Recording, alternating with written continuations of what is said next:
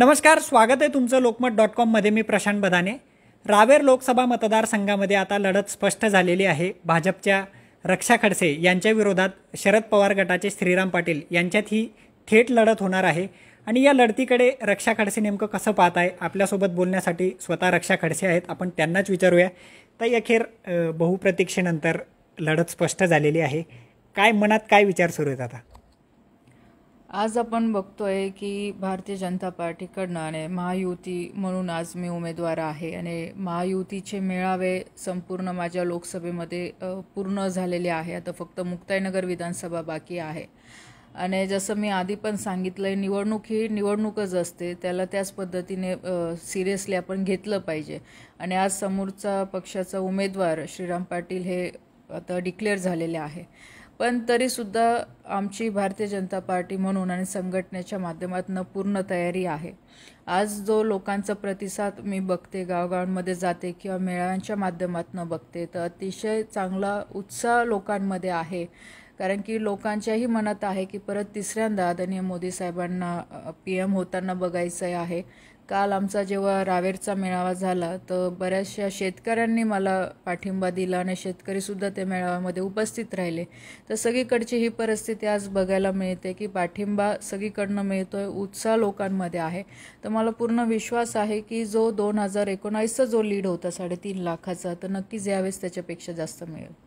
ताई, सुरुवातीला ज्यावेळेस तुमचं तिकीट डिक्लेअर झालं त्यावेळेस वेगळ्या थोड्या घडामोडी घडल्या. सुरुवातीला तुमच्या पक्षातूनच नाराजी होती, अमोल जावळे नाराज होते. नंतर त्यांनी स्वतः मेळाव्यात सांगितलं की मी हरिभाऊंचा मुलगा आहे, त्यांचं रक्त माझ्या अंगात आहे, नाराजी कुठेही नाही, मी रक्षाताईंच्या पाठीशी खंबीरपणे उभा राहील. नंतर परत नाथाभाऊंसंदर्भात घडामोडी घडायला सुरुवात झाल्या. आता स्वतः नाथाभाऊंनी सांगितलं की मी भाजपमध्ये येणार आहे. याचा कुठंतरी तुम्हाला मोठा फायदा होणार आहे. तर लढत सोपी झाली का? आपण बघतोय की ज्या मागच्या काळामध्ये ज्या काही गोष्टी मतदारसंघामध्ये घडल्या, पण आता तसं काही चित्र नाही आहे. आता सगळीकडे सगळे कार्यकर्ते कामाला लागलेले आहे. जसं तुम्ही म्हणता की नाथाभाऊंनी सांगितलं आहे की मी भारतीय जनता पार्टीमध्ये येणार आहे, तर नक्कीच त्यांची पण मदत होईलच. कारण की आज कार्यकर्ता छोटा असो किंवा मोठा असो, प्रत्येकाची ताकद आपल्या आपल्या लेवलवर आहेच. आणि पक्ष संघटनेसाठी, पक्षाची ही जागा निवडून आणण्यासाठी आज 10 हात जरी असले तरी ते कमीच पडणार आहे. प्रत्येकाची साथ असणं आणि प्रत्येकाचं सोबत येऊन काम करणं नक्कीच ह्या माझ्या उमेदवारीसाठी फायद्याचंच आहे. ताई, शरद पवार गटाने जो या ठिकाणी उमेदवार दिला श्रीराम पाटील, तसं बघायला गेलं तर राजकारणाचा त्यांना फार अनुभव नाही. पण त्यांचं तिकीट देताना आता त्यांच्याच पक्षातून जे काही आरोप प्रत्यारोप होत आहे की धनशक्तीचा विचार केला गेला, तर निवडणुकीत धनशक्ती हा आरोपाचा एक केंद्रबिंदू मानला जातो. कुठंतरी भीती वाटते का की एवढा प्रबळ उमेदवार तुमच्या विरोधात आहे, तर कुठंतरी मार्जिन कमी होईल याची भीती आहे? लोकसभेची निवडणूक ही पैशांवर लढवली जात नाही, पहिला मुद्दा. कारण की लोकसभेच्या निवडणुकीमध्ये लोक आधीच त्यांचं मन ठरवून घेतात की त्यांना मतदान कुठे करायचं आहे. आणि जसं आपल्या सगळ्यांना माहिती आहे, ही निवडणूक कोणती स्थानिक पातळीवरची निवडणूक नाही आहे. ही आपले नॅशनल इलेक्शन आहे, केंद्रीय पातळीवरची निवडणूक आहे आणि केंद्रातलं नेतृत्व ठरवण्याची निवडणूक आहे. त्याच्यामुळे लोक पण मतदान करताना खूप विचार करून मतदान करणार आहे. आज श्रीराम पाटील जरी किती पैसेवाले असले, पण आपल्यालाही सगळ्यांना माहीत आहे की त्यांचा अनुभव राजकारणात नाही. ते 3 महिने आधी म्हणजे अजितदादांच्या गटामध्ये होते. त्याच्यानंतर दुसऱ्या महिन्यामध्ये ते भाजपमध्ये आले की त्यांना तिकीट मिळेल, लोकसभेचं मिळेल किंवा विधानसभेचं मिळेल. त्याच्यानंतर त्यांच्या अपेक्षा इथेही पूर्ण नाही झाल्यामुळे त्यांनी शरद पवारांकडे जाऊन जे काही तुम्ही म्हणतात पैसे वगैरे जे काही त्यांचं काही ठरलं असेल त्या अनुषंगाने ही उमेदवारी घेतलेली आहे. पण मुळात प्रश्न हा आहे की भारतीय जनता पार्टी ही संघटनेच्या माध्यमातून काम करते आणि ही निवडणूक आपण बघितलं असेल की राष्ट्राला पुढे ठेवून ही निवडणूक लढवली जाणार आहे, ना की व्यक्तिगत माणसाचं त्याचं अस्तित्व सिद्ध करायची ही निवडणूक नाही आहे, तर देशाचं नेतृत्व सिद्ध करायची ही निवडणूक आहे. म्हणून लोक पैशाकडे न बघता विकास कामांकडे बघतील, राष्ट्रहिताकडे बघतील आणि आदरणीय मोदी साहेबांकडे बघून हे मतदान होणार आहे. शरद पवार म्हणजे काय चाल खेळतात हे त्यांच्या पक्षातल्या लोकांनाही माहिती नसतं असं म्हटलं जातं. त्यांनी जर श्रीराम पाटलांसारखा नवखा उमेदवार जरी दिलेला असला तरी रावेर लोकसभा मतदारसंघात जी जातीय समीकरणं महत्त्वाची मानली जातात, आता तुमचं तिकीटही जाहीर झाल्यानंतर असं राजकीय विश्लेषकांचा अंदाज होता की लेवा समाजाचं ताई प्रतिनिधित्व करतात, तिथं कुठं नाराजी नको म्हणून तुम्हाला तिकीट रिपीट करण्यात आलं. तशाच पद्धतीने शरद पवारांनी इथं मराठा समाजाचं जे वोटिंग आहे ते डोळ्यासमोर ठेवून नौखा कोरी पाटी या ठिकाणी दिली. तर या जाती समीकरणांचा काही फरक पडू शकतो का? मला नाही वाटत की काही फरक पडेल, कारण की जसं मी आधी सांगितलं की ही कोणती जिल्हा परिषद किंवा पंचायत समिती किंवा नगरपालिकेचं इलेक्शन नाही आहे, हे राष्ट्रीय इलेक्शन आहे. आणि आज आदरणीय मोदी साहेबांनी जे काही 10 वर्षामध्ये कामं केलेले आहे, मग ते राज्यस्तरावर असो किंवा केंद्र स्तरावर असो किंवा माझ्या मतदारसंघामध्ये जे काही मी कामं केलेले आहे ते स्पेसिफिक एखाद्या समाजाला घेऊन मी केलेलं नाही आहे. आज ज्याही काही योजना आम्ही मतदारसंघामध्ये आलेल्या आहे, आज प्रत्येक समाजातला व्यक्ती त्या योजनेचा लाभ घेतोय. ना की फक्त असं की ठराविक गुजर समाज असेल किंवा लेवा पाटील समाज आहे यांनाच मी फायदा करून देते, अशातलं नाही आहे. आज खूप मोठ्या प्रमाणात आपण जर बघितलं असेल की केळी पीक विमा, जो आज नेहमी त्याच्यासाठी मी भांडत असते, आज मराठा समाजाचा पण खूप मोठा वर्ग त्या योजनेच्या याच्यामध्ये आहेच. किंवा गावागावांमध्ये ज्या काही योजना येतात, PM किसान योजना असेल, घरकुल असेल, मोफत धान्य असेल, आज दलित असेल किंवा अन्य कोणताही समाज असेल, आज सगळं मुस्लिम असेल, आज सगळ्या समाजांना या केंद्रातल्या सगळ्या योजनेचा लाभ आम्ही पोचवण्याचा प्रयत्न केलेला आहे. आणि मलाही असं वाटतं की आत्ताची जी जनता आहे किंवा आत्ता जो मतदार आहे तो पण तेवढा अवेअर आहे की बाबा की हे मतदान काही जातीवर जाऊन न करता विकासाच्या बाजूला आपल्याला द्यायचं आहे. कारण की शेवटी देशाची सुरक्षा, देशाचा विकास हा सुद्धा तेवढाच महत्त्वाचा केंद्रबिंदू आपल्या सगळ्यांसाठी आहे. आणि श्रीराम पाटील ज्या पक्षाचं नेतृत्व करताय किंवा ते जे इंडिया आघाडीकडनं जे त्यांना उमेदवारी मिळालेली आहे, तर आज समोर असं देशाचं नेतृत्व करायसारखं आज त्यांच्याकडे कोणी नेता नाही आहे. आज राहुल गांधींची परिस्थिती आपण संपूर्ण देशभरामध्ये बघतोय. पण आज इथल्या व्यक्तीला, आज इथला जो मतदार आहे त्याला सुद्धा वाटतं की बाबा ह्या देशाच्या विकासामध्ये माझं सुद्धा एक मत हे मोदीजींना गेलं पाहिजे, हे रक्षाताईंना गेलं पाहिजे, हे भारतीय जनता पार्टी महायुतीच्या उमेदवाराला गेलं पाहिजे. ह्या हिशोबाने आज ही इथली जनता ही पूर्ण तयार झालेली आहे. ताई, आता तुमच्या मतदारसंघात निवडणुकीपेक्षा एक चर्चा आहे की नाथाभाऊ नेमकं कधी भाजप प्रवेश करतील, काही चर्चा झाली? तर मला असं वाटतं याचं उत्तर नक्कीच नाथाभाऊच तुम्हाला देऊ शकतील. कारण की ज्या काही चर्चा होत आहेत त्या नाथाभाऊंच्या म्हणजे जे वरिष्ठ लोक आहेत आणि नाथाभाऊंमध्ये त्या सगळ्या चर्चा आहे.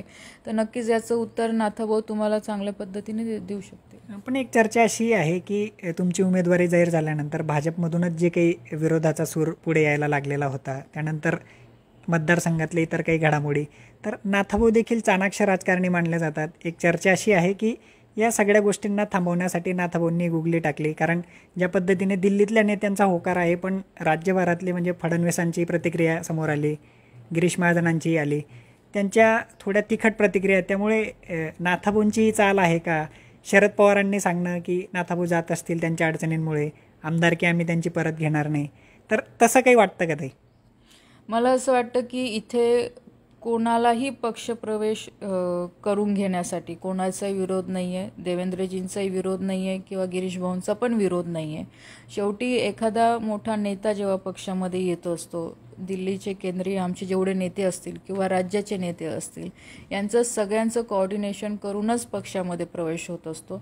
पण मला नाही वाटत की नाथाभाऊंना घेण्यासाठी देवेंद्रजी असतील किंवा गिरीश भाऊ आहे यांचा कोणाचाही विरोध नाही आहे. कारण की शेवटी संघटनेचं काम होणं महत्त्वाचं आहे. आज ह्या सगळ्या प्रोसिजरच्या माध्यमातून जर जळगाव जिल्ह्याची ताकद वाढत असेल तर नक्कीच गिरीश भाऊंना पण आनंदच आहे. आणि देवेंद्रजी तर नक्कीच ह्या राज्याचं नेतृत्व करतात आणि त्यांनी आतापर्यंत आपण बघितलं असेल की अशा अनेक नेत्यांना त्यांनी पक्षामध्ये घेतलेलं आहे, मोठ्या मोठ्या नेत्यांना पक्षामध्ये घेतलेलं आहे की जेणेकरून आदरणीय मोदी साहेबांच्या नेतृत्वाला मान्य करून हे नेते आपल्या पक्षामध्ये येत आहेत. आणि जर यांचं असं वरती बोलणी सुरू असेल नाथाभाऊंच्या संदर्भामध्ये, तर मला नाही वाटत की गिरीश भाऊ किंवा देवेंद्रजींचा ह्या सगळ्या गोष्टीला विरोध असेल.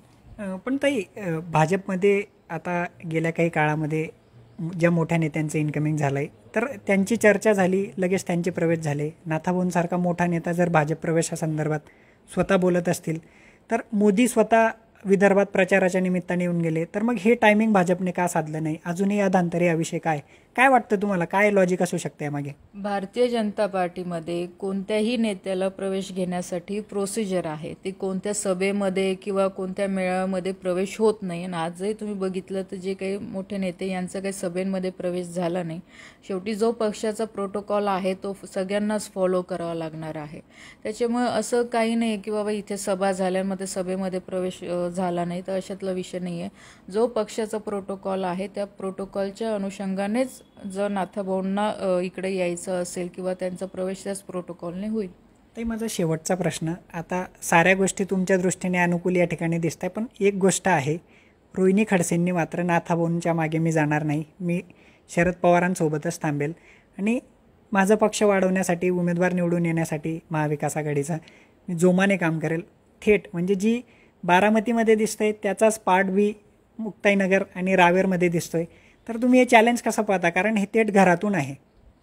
बघा, जेव्हा नाथाभाऊ राष्ट्रवादीत गेले, रोहिणीताई त्यांच्यासोबत गेल्या, त्यावेळेस त्यांनी मलाही विचारलं होतं. त्यावेळेस मी पण नकार दिला होता, कारण की मला भारतीय जनता पार्टीमध्ये राहूनच काम करायचं होतं. मी आधीसुद्धा डिक्लेअर केलं होतं की मला पक्षाने संधी जरी नाही दिली तरी मी भारतीय जनता पार्टीमध्ये राहून काम करणार आहे. पण आज सगळ्यांच्या आशीर्वादाने मला ती संधी मिळाली. स्वाभाविक आहे, आज त्या गेल्या अनेक म्हणजे मागच्या 4-5 वर्षापासून त्या राष्ट्रवादीचं काम करत आहे. आज त्या महिला प्रदेशाध्यक्ष आहे.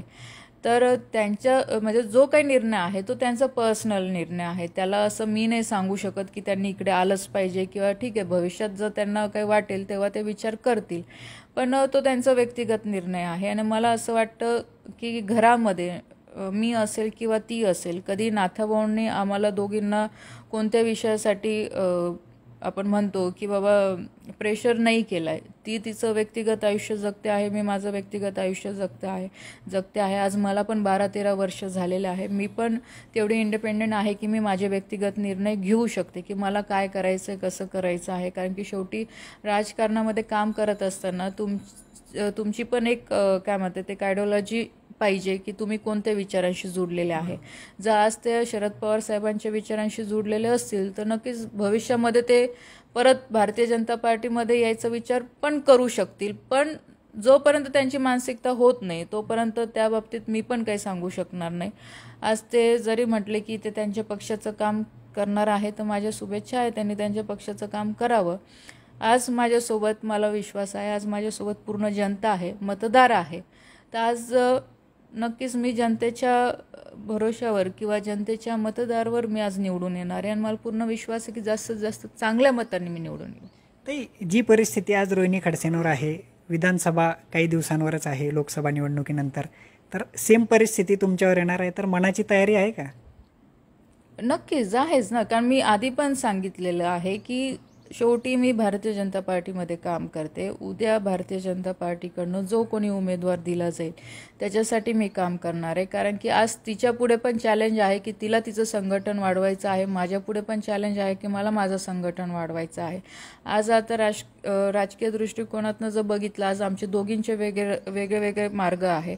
तिने तिचा मार्ग तिला कसं पुढे घेऊन जायचं हे तिचं व्यक्तिगत मत आहे. माझा मार्ग मला कसं पुढे घेऊन जायचं आहे किंवा माझ्या पक्षाचं काम मला कसं पुढे घेऊन जायचं आहे हा माझा व्यक्तिगत निर्णय आहे.